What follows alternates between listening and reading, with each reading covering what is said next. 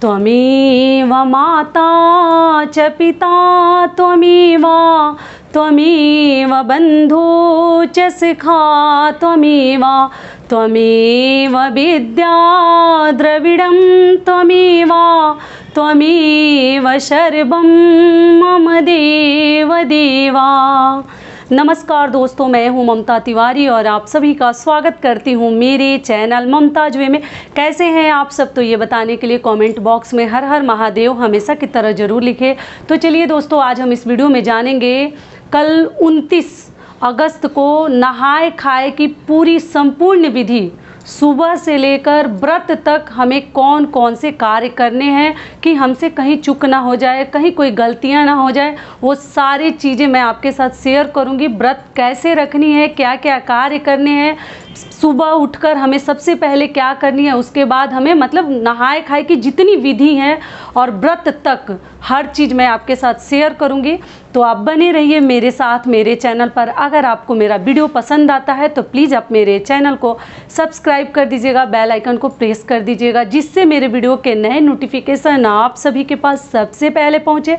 तो चलिए शुरू करते हैं। तो सबसे पहले आपको बता दूं कि ये जो हरितालिका तीज का व्रत है ये 3 दिन का होता है। पहले दिन नहाए खाए से ही इसका जो नियम विधि है शुरू हो जाता है मानने वाले के लिए। देखिए, कई ऐसे लोग हैं कि हर चीज़ मतलब उनको लगता है कि नहीं ऐसा नहीं होता, ऐसे नहीं होता, लेकिन नहीं, 3 दिनों का ये व्रत है। जो सही तरीके से मतलब सही ढंग से करना चाहते हैं वो जानते होंगे।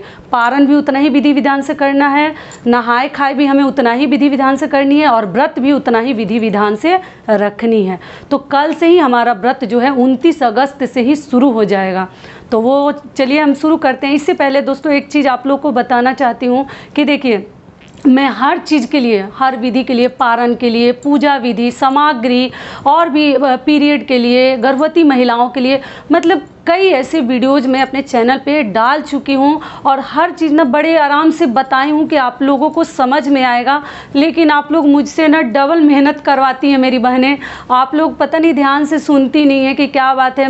मैं कमेंट भी करती हूँ, फिर आप लोग तुरंत क्वेश्चन पूछने लगते हैं। आप लोग ध्यान से सुनती नहीं है, क्योंकि मैं हर चीज़ बताती हूँ, दान कैसे करनी है, किसको देनी है, नहीं देनी है। तो थोड़ा सा प्लीज़ आप लोग ध्यान से सुना कीजिए, क्योंकि मुझे भी डबल मेहनत पड़ता है। वीडियो में भी बताती हूँ, फिर आप लोग को कमेंट्स भी देती हूँ। तो इसलिए प्लीज़ आप लोग थोड़ा सा ध्यान से सुनिएगा, तो आप लोग को ही बहुत अधिक लाभ मिलेगा और फिर आपको कमेंट करने की ज़रूरत भी नहीं पड़ेगी। तो इसलिए प्लीज़ कृपया एक बार ध्यान से सुना कीजिए वीडियो को, ठीक है। सभी बातें मैं क्लियर की हूँ। काला साड़ी है तो क्या करें, कैसे करें, 3-4 बार बता दी, फिर आप लोग का कमेंट्स आ रहा है। तो इसलिए एक बार देखते रहिए, ठीक है।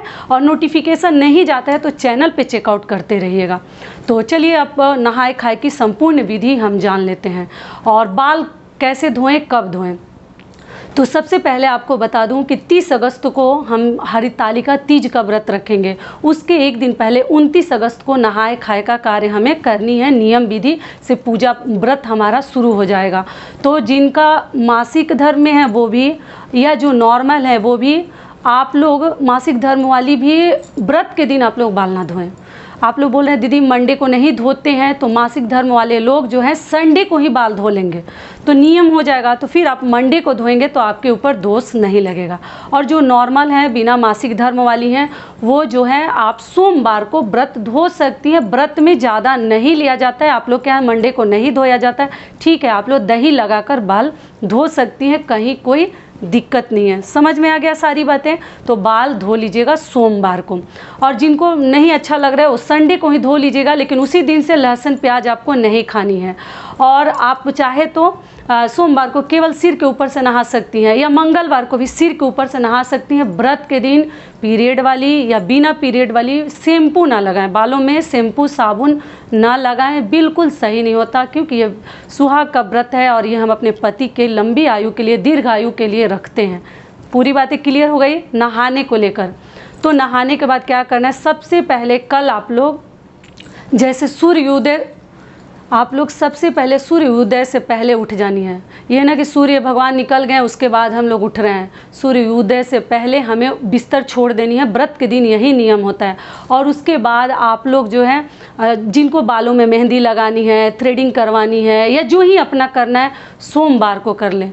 मंगलवार के लिए कुछ भी ना छोड़े आप लोग, क्योंकि मंगलवार को बाल वगैरह निकलवाना, थ्रेडिंग करवाना, या और भी जो एक्स्ट्रा बाल वगैरह, बहुत सारी लेडीज सजने संवरने के लिए बहुत सारे वैक्स वगैरह करवाते हैं, तो मंगलवार को कहीं एक रोआ भी अपना ना उखड़वाएं। ठीक है, समझ में आ गया? एकदम क्लियर। देखिए, हर चीज़ मैं बताती हूँ कि आप लोग से गलतियाँ ना हो। तो जितनी कार्य और नियम विधि हैं, संडे को या आप लोग सोमवार को करवा के रेडी हो जाइए। बाल वगैरह भी धोकर रेडी हो जाइए, दही लगाकर, जिनके यहाँ नहीं धोया जाता। समझ में आ गया? तो ये हो गई बाल की विधि। और सूर्योदय से पूर्व उठनी है, उठकर बाल वगैरह धोकर नहानी है। और उस दिन आप लोग ध्यान रखिए कि बिना पूजा किए, नहाए खाए के दिन मुंह में कुछ मत डालिए। तो सुबह उठिएगा तो ना आपको दिक्कत होगा, ना गैस बनेगा, ना आप लोगों को, मतलब बहुत सारे लोग हैं ना कि सुबह उठते चाय वगैरह पीने लगते हैं। तो देखिए, चाय वगैरह तो आपकी मर्जी है, आपकी श्रद्धा है, मैं मना नहीं करूँगी, लेकिन नहाए खाए के दिन ध्यान रखिए कि मुँह में कोई भी अनाज डालिए पूजा करने के बाद ही डालिए। ठीक है, वहीं से हमारे व्रत की शुरुआत हो जाती है। तो आप लोग सूर्य देव को जल दे के अपने मंदिर में पूजा अर्चना कर लीजिए। थोड़ा सा सुबह ही उठिए, बिना मेहनत किए। बताइए, कोई भी चीज़ हमारा अच्छा होता है? नहीं होता है। तो इसलिए आप लोग इस प्रकार से कर सकते हैं। पूजा विधि करने के बाद व्रत हमारा शुरू हो जाएगा। उसके बाद अपने किचन में, अपने रसोई घर को साफ़ सुथरा कर लीजिएगा। जूठा लगे बर्तन में या बासी कोई बर्तन हो, कढ़ाई हो, तवा हो ना, उस पर हमें भोजन नहीं बनानी है। एकदम उसको, सभी तो देखिए ऐसी सब गलतियां नहीं करते हैं, लेकिन कई ऐसे लोग हैं कि बिजी रहती हैं, वर्किंग लेडीज़ें हैं, तो इतना सब नहीं ध्यान रखती हैं। लेकिन व्रत के दिन आपको ध्यान रखनी है। समझ में आ गया? सारे बर्तन को साफ़ कर लीजिएगा, उसके बाद ही भोजन बनाइएगा, बिना लहसुन प्याज वाला।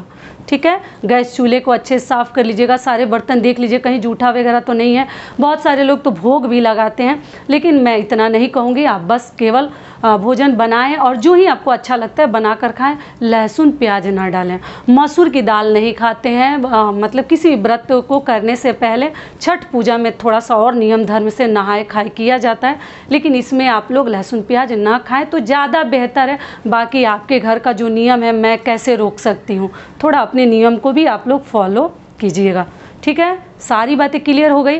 तो भोजन कर लीजिएगा। और भोजन ऐसा नहीं कि एक बार करना है कि 2 बार, आप आराम से दिन भर खाइए जो अच्छा लगता है। और बहुत अधिक ऑयली उसी समय से खाना बंद कर दीजिए, और स्पाइसी। और कैसे आपको सर्गी करनी है, क्या खानी है कि पेट ठंडा रहेगा, प्यास नहीं लगेगी, उसके लिए मैं वीडियो डाल चुकी हूँ। आप चाहें तो चेकआउट कर सकते हैं। बता चुकी हूँ, एक एक चीज़ दिखा चुकी हूँ कि उसमें जो आपको पसंद है आप अपने लिए मंगा कर रख सकती हैं। ठीक है, जिनके यहाँ सर्गी खाया जाता उनके लिए बता दूँ, और जिनके यहाँ खाया ही नहीं जाता तो उनका तो कोई बात ही नहीं है। तो आप लोग कहते हैं कि दीदी 4 बजे, 3:30 4 बजे अगर हम खाते हैं तो हमारा व्रत खंडित हो जाएगा। नहीं, हिंदू धर्म में जो है ना, उदय तिथि से ही व्रत लिया जाता है। ठीक है, तो जब तक सूर्य उदय नहीं होते हैं आप जो है मतलब 3:45 तक तो आपको क्लियर, मतलब पूरी तरीके से अपने सरगही जिसको बोलते हैं वो कर लेनी है। ठीक है, उसके बाद ना करें। कौवे का आवाज़ आपके कानों में नहीं आनी चाहिए। ये भी क्लियर हो गया, सरगही का भी। और रात को भी आप भोजन वगैरह कर सकती हैं। और जिनके यहाँ 12 बजे के बाद कुछ नहीं खाया जाता, रात को भोजन करके उसी के बाद मतलब रहने दिया जाता है, तो आप लोग उस प्रकार से कीजिएगा। जो आपके बड़े बुजुर्ग रीति रिवाज बना कर रखें वही आपको करनी चाहिए। ठीक है, हमारे यहाँ सरगी खाते हैं तो हम लोग खाते तो नहीं है, देखिए बहुत सारी चीज़ खाया नहीं जाता, लेकिन पानी पक्का पीते हैं। तो इसके लिए हम जो अपने बहन को, अपने भाभी को, अपने लोगों को जना कर रखते हैं कि जब आप लोग उठना तो हमें जगा देना, क्योंकि नींद लग जाती है। जब टेंशन में सो कि हमें उठनी है तो सच में हम सो जाते हैं। तो इसलिए 2-4 मोबाइल में अलार्म लगा दीजिए, या अपने बड़ों को या अपने रिश्तेदारों को जना कर रख दीजिए, तो आप समय से उठ जाइएगा। और स्वस्थ और जो है स्वच्छ वस्त्र पहनकर ही व्रत रखा जाता है। आप लोग का बार बार कमेंट्स आ रहा है, मैं कई बार रिप्लाई दे दी कि दीदी व्रत के दिन नहा कर सरगी करें या मतलब बिन नहाए करें। तो देखिए, सुबह सुबह जिनको प्रॉब्लम है, सर्दी हो जाएगा प्रॉब्लम है, तो वो ना करे, वस्त्र बदल दे। ऐसे मतलब बासी और गंदा ड्रेस पहन के व्रत हमें नहीं रखनी है। आप चाहें तो स्वच्छ वस्त्र पहन सकते हैं, स्नान करके सिर के ऊपर से पानी डालकर अगर नहा लेती हैं, चलिए नहीं नहाती है, कंधे के ऊपर से भी नहा लीजिए, तो भी आप जो है मतलब आपको प्यास कम लगेगी। सिर पे से नहाने से जो है ना प्यास कम लगती है। तो ये भी क्लियर हो गया। तो आप लोग देख लीजिएगा, लेकिन स्नान कर ले तो ज़्यादा बेहतर है, उसके बाद ही सरगी कीजिएगा। ये भी क्लियर हो गया। अगली चीज़ क्या है कि आप लोग पूछे हैं कि स्नान जो है, हाँ, ब्रश कर लीजिएगा। सबसे पहले बता दूं, देखिए ब्रश कर लीजिएगा और पेस्ट लगाकर उस समय सरगी के टाइम आप ब्रश कर सकती हैं, ठीक है। लेकिन अगले दिन व्रत के दिन शाम को फिर हमें स्नान करनी है, मतलब व्रत के दिन शाम को। आप लोग कह रहे हैं कि दीदी सुबह ही मुहूर्त है, तो देखिए अगर आपको लगता है कि सुबह ही मुहूर्त है तो आप लोग कर लीजिए, लेकिन हम जो है हमेशा से शाम में करते आए हैं, प्रदोष काल में हमारे तरफ किया जाता है, तो हम लोग करेंगे, ठीक है। और अब 24 घंटे का हम निर्जला उपवास रखते हैं। तो ऐसा नहीं है कि तृतीया तिथि खत्म हो गई तो समाप्त हो गई तो चलो हमारा जल्दी जल्दी से हमारा सब संपूर्ण हो गया और हम पानी पी ले खा लें। जिनसे नहीं रहा जाता वो चीज़ आप लोग अपना देख लीजिएगा, लेकिन हम लोग ऐसा नहीं करते हैं। और तृतीया तिथि वहीं तक है या आगे तक है, हम शाम को ही पूजा करते हैं शिव जी की और माता पार्वती की, और हम अगले दिन पारण करते हैं हर चीज़ दान करने के बाद। तो आप लोग दातुन शाम को जब स्नान कीजिएगा तो दातुन कर लीजिएगा। दातुन नहीं मिलता है तो आप न्यू ब्रश कीजिएगा, जो कि देखिए मैं कल के वीडियो में बता चुकी हूँ। उसमें पेस्ट मत लगाइएगा। देखिए मैं ये चीज़ बताना भूल गई थी, आप लोग का कमेंट्स आया कि दीदी पेस्ट लगा सकते हैं ना, पेस्ट ना लगाएं, ऐसे नॉर्मल थोड़ा गंदे ही रहेगा, लेकिन व्रत आपका खंडित नहीं होगा। ब्रश से थोड़ा बहुत चारों तरफ कर लें। आपको चाहिए तो टंग क्लीनर भी खरीद कर रख सकती हैं, आप उससे भी अपने टंग को क्लीन कर सकती हैं। और आप जो है पेस्ट बिल्कुल ना लगाएं। अगले दिन पारण के दिन भी दातुन ही मुंह में डालते हैं, और डालने के बाद ही जो है ना हम अपना मतलब दान करते हैं, पूजा करते हैं, उसके बाद दान करते हैं, उसके बाद हम कुछ भी पारण करते हैं और जल ग्रहण करते हैं, ठीक है। समझ में आ गया। तो ये चीज़ आपको करनी है। और उस दिन आप पेस्ट चाहें तो लगा सकती हैं, पारण के दिन लगा सकती हैं, लेकिन व्रत के दिन पेस्ट ना लगाएं, ठीक है। पता नहीं क्या क्या उसमें डाले रहते हैं, लेकिन व्रत के दिन पारण के दिन मैं इसलिए कहती हूँ कि वो ब्रश में हम लहसुन प्याज खाकर और उसी से हम ब्रश किए रहते हैं, तो हमारा व्रत जो है ना मतलब सबसे पहले वही चीज़ जिससे हमारा पारण शुरुआत हो जाए। इसलिए मैं कहती हूँ कि आप लोग न्यू ब्रश ले लें या आप लोग दातुन ले लें, लेकिन पेस्ट उस दिन लगा सकती हैं। लेकिन या उंगली से भी, अगर ब्रश नहीं है तो उंगली से दांतों को साफ कर लीजिए, लेकिन आप लोग प्रतिदिन यूज वाले ब्रश कभी ना यूज करें। सभी बातें एकदम ध्यान से सुनिएगा और ध्यान दीजिएगा कि गलतियां ना हो, ठीक है। अगर मन लगा कर करेंगे ना तो एक भी गलती आपसे नहीं होगी, लेकिन आधा अधूरा सुनिएगा, फिर कुछ समझिएगा कुछ नहीं समझिएगा तो फिर आपसे गलतियां हो सकती हैं, ठीक है। सारी बातें क्लियर हो गई। तो ये नहाए खाए का वीडियो आज हमारा यहीं तक का था। आशा करती हूँ, उम्मीद करती हूँ कि इस वीडियो से मेरी बहनों को बहुत अधिक लाभ मिलेगा।